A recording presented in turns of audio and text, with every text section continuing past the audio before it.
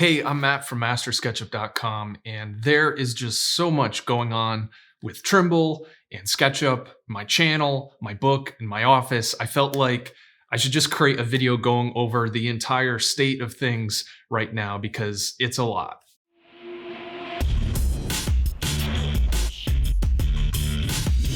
All right, so the first big announcement is things are looking a little bit different around here.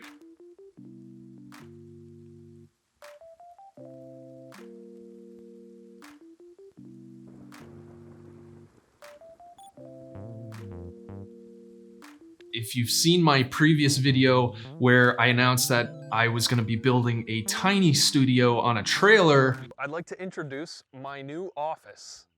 That's right, I am building a new office. So I embarrassingly have to admit that that's not going to happen.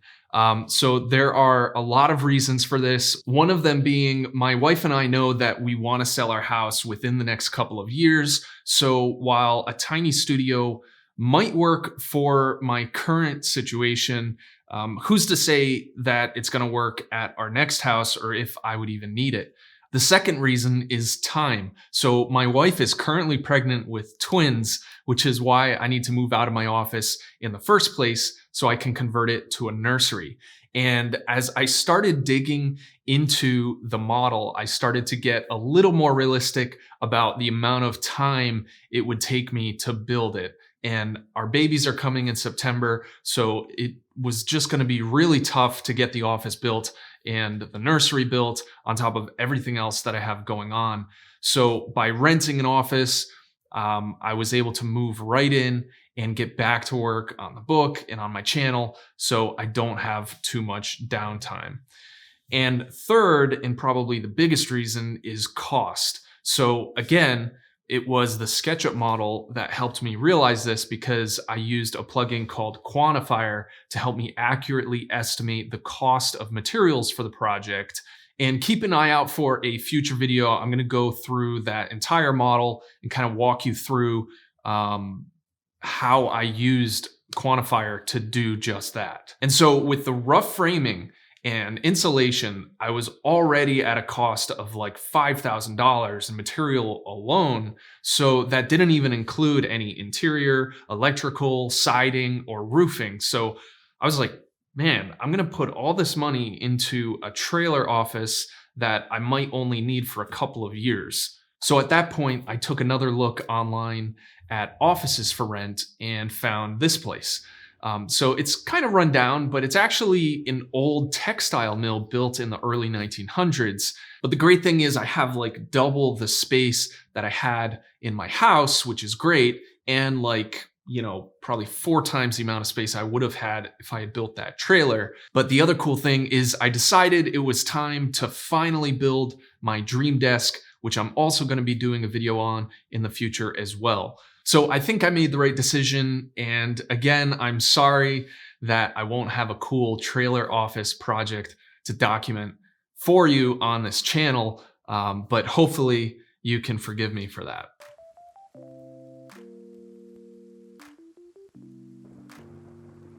All right, so I started this channel in 2012, and about a month ago, we hit 100,000 subscribers. And I just want to take a quick second and just thank you so much. It's always been a big goal of mine to reach 100,000 subscribers. So I really appreciate you and the fact that you take the time to watch my videos. And, I just really hope that I'm able to deliver value to you in the way that I teach SketchUp. So big thank you to you. And I look forward to the next 100,000 subscribers. All right, so Trimble introduced an optional subscription license model for SketchUp Pro last year. And as of a couple of weeks ago, they announced that they're going to be switching to 100% subscription licenses for SketchUp Pro. So what that means is you're no longer going to be able to purchase a perpetual license for SketchUp Pro that would give you lifetime access to the version of SketchUp that you purchased. So the SketchUp forum has been on fire after this announcement, with people who are really upset about the decision and other people who think you're all just a bunch of crybabies. So I thought it would be appropriate for me to tell you guys what my opinion is on the matter. Now, first of all, I just want to say that I'm not affiliated or endorsed by Trimble or SketchUp in any way. I never have been. They don't pay me to run my channel or write my books. I'm completely independent in that regard. So these are all my own personal opinions.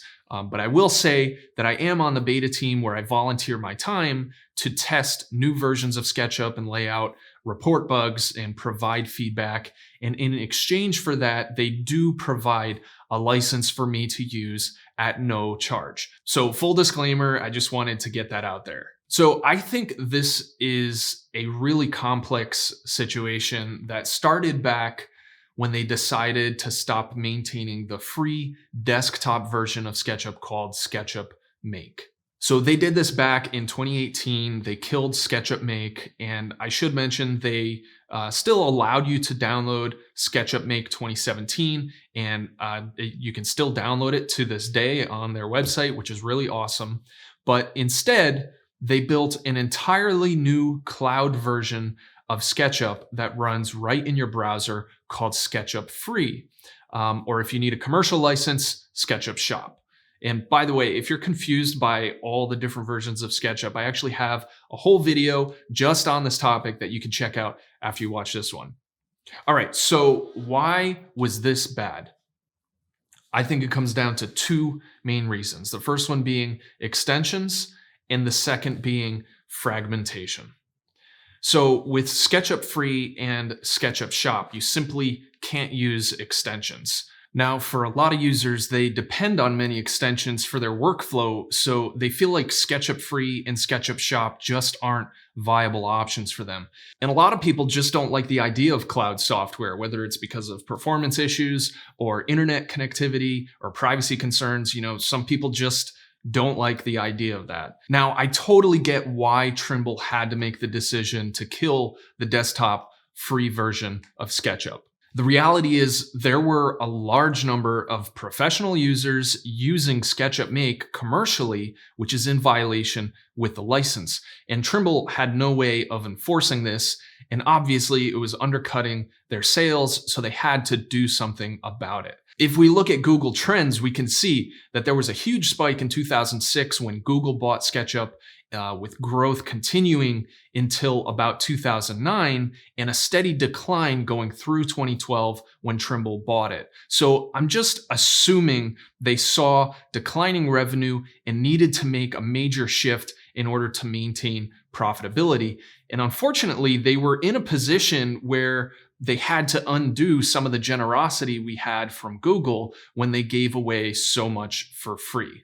They probably felt it would be wrong to remove features from an existing free product and instead saw an opportunity to launch an entirely new web-based platform where they could essentially do the same thing, only it would be wrapped up in a new package and launched as a brand new product, even though it has a lesser feature set than the old free version. Now, specifically, I'm talking about the fact that they disabled the outliner, they disabled the ability to create custom styles, they disabled the ability to create custom materials, and they added a watermark. And again, you can't use extensions. But in order to capitalize on a different segment of the market who use SketchUp professionally, but maybe don't use layout or don't need extensions, they enabled all of those missing features, with the exception of extensions, into a $119 a year license called SketchUp Shop. So I think the idea was that a large number of people who were using SketchUp commercially without a license would most likely be willing to pay the small fee of $119 a year to subscribe to SketchUp Shop instead of the more expensive SketchUp Pro. So I think my point is the perception of all of this is ultimately Trimble took their existing free product, stripped out a bunch of features, and then put those same features back into a new package and charged $119 a year for it. Now, that's definitely an oversimplification of what happened, because there's additional value that's provided with SketchUp Free and SketchUp Shop, like being able to run it on pretty much any device from anywhere you have an internet connection, and having cloud storage. And look, at the end of the day, we wouldn't have any free version of SketchUp if it weren't for the revenue generated by the professional users. I mean, after all, Trimble has huge payroll and overhead costs, and they need to be profitable in order to maintain that. I think the truth is that Google wasn't as worried about profitability, because the whole reason they bought SketchUp in the first place was in order to crowdsource 3D models of buildings on Google Earth and Google Maps. And once they figured out a way to automate that with satellite imagery and photogrammetry, they didn't need SketchUp anymore. So Trimble was kind of put in a tough position to make a major shift and try to make SketchUp more profitable. And it looks like that's actually paying off. You might know that Trimble is a publicly traded company. And if you look at the investor call transcripts, we can see that in Q4 of 2019, they reported a 50% year-over-year growth with an estimated $450 million of recurring revenue from SketchUp subscriptions. Now, in the Q1 investor call of 2020, it was mostly focused on the impacts of the pandemic, and they acknowledged a drop in subscriptions because of that. But it seems like overall, they're definitely seeing revenue growth with the change to the subscription model. Now, going back to the second reason that I feel like killing the desktop free version was a mistake is because of fragmentation. So what I mean by fragmentation is that now we have two completely different platforms of SketchUp. Now, sure, most of the tools are basically the same. They all function the same way. And if you know how to use SketchUp Pro on your desktop, you definitely will be able to use it in the cloud. But the interface is completely different. The icons are completely different. Now, for me, that's a huge challenge, because now I have to make the decision as to which version of SketchUp I want to create a tutorial in. And naturally, I gravitate more towards SketchUp Pro, because that's what I've written books about. And obviously, I want to be able to demonstrate my expertise in the software and promote my books. But I think for new users who might stumble upon one of my videos for the first time, this really alienates them, because most likely they're using SketchUp Free, but they're watching a video that I created in SketchUp Pro. So I find that a little frustrating that they decided to segment the users in that way. But also, in the bigger picture of things, from the perspective of SketchUp Pro users who paid for licenses, I think they feel like the money that they've given to Trimble for licenses, and more importantly, for maintenance updates, has actually gone more towards developing these huge projects like SketchUp for Web, the SketchUp Viewer mobile app, the SketchUp VR extension, the SketchUp HoloLens extension, and all of these major programming projects that take up a ton of resources from the SketchUp team, while the core product, SketchUp Pro and Layout, don't feel like they're getting the attention they deserve when they are the primary reason someone purchases a SketchUp Pro license in the first place. Now, to support my speculation, I decided to post a poll in the SketchUp forum asking which SketchUp products people use at least once a week. And of course, the majority of people are using SketchUp Pro and Layout, while only 20% of people use SketchUp Shop and only 3% are using SketchUp Free. And literally no one's using the augmented reality feature in the mobile app, which is a premium feature that you get with SketchUp Shop and SketchUp Pro. No one's using the HoloLens extension either. And, honestly, I don't know a single person who owns the HoloLens, because it costs $3,500 each.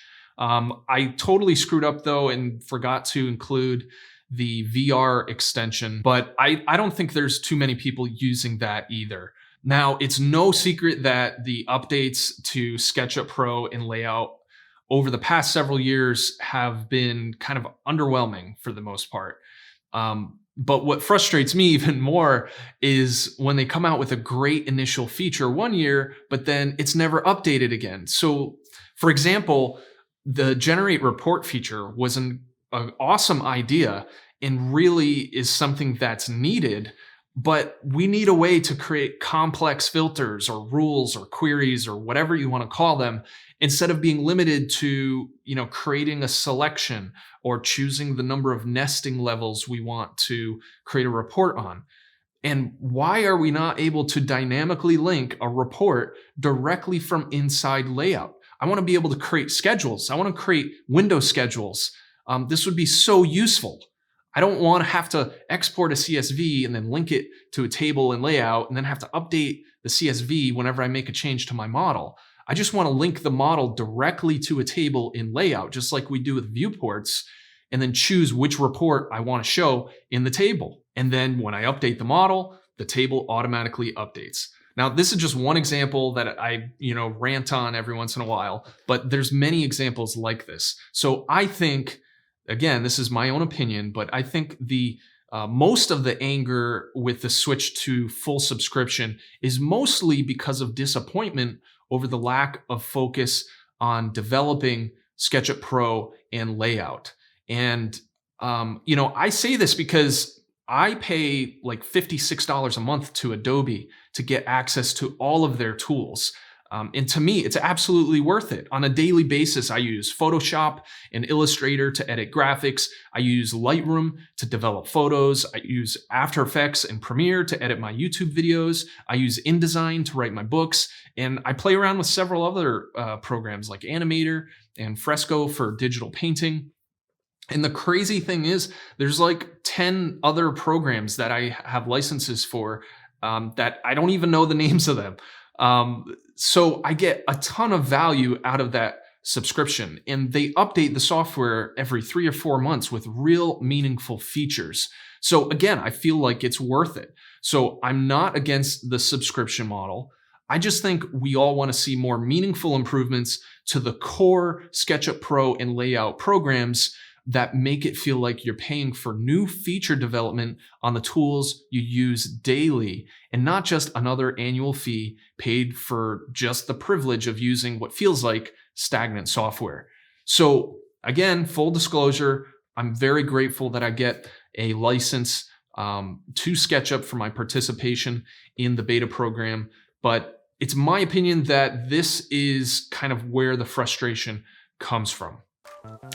Okay, so let's back up a second and get some perspective, because I feel like one of the problems I see when I look at the arguments on the SketchUp forum is that the people arguing use SketchUp in dramatically different ways.